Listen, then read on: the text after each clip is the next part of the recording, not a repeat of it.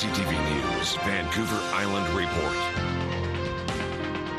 Good evening. Critics of the Island Corridor Foundation says the organization has gone off track, and if changes are not made, we could lose passenger service on the island forever. The critics have formed a group they are calling a watchdog for the foundation, demanding a more transparent process so that you can judge for yourself whether the foundation's doing its job. CTV's Scott Cunningham reports. Over to your right, please. Thank you. Climb aboard and take a ride.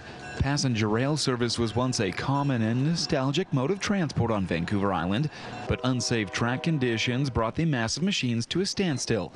And while there is a push to get them back on the track, for some, it isn't fast enough. We felt that we had run out of time to be quiet, and it was time for us to jump in and try to help. We're not here to hinder, we're here to help. A former member of the Island Corridor Foundation is now leading the march against what he calls a slow return to passenger service.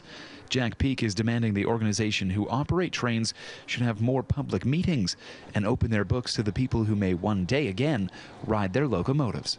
We feel that it's key. If this is going to be successful, which it must be for the benefit of Vancouver Islanders, you got to let them know what's going on.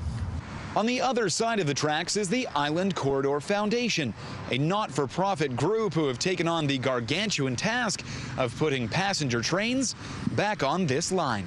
I don't think it's a question of transparency or anything like that. The ICF does not accept claims that they are withholding information, saying they are an open and public body whose premier goal is to have the service returned, and they are having some success, collecting $7.5 million from the province and waiting for matching federal dollars.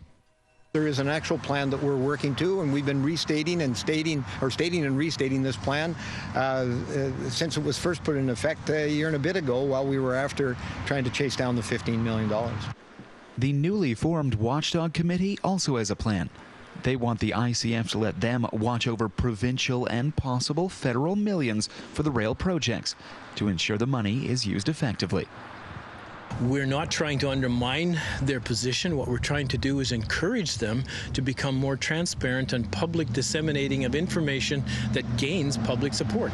Transparent or not, passenger rail will not return to the island until the federal government hands over more than $7 million.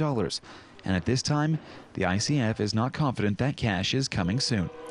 Scott Cunningham, CTV News.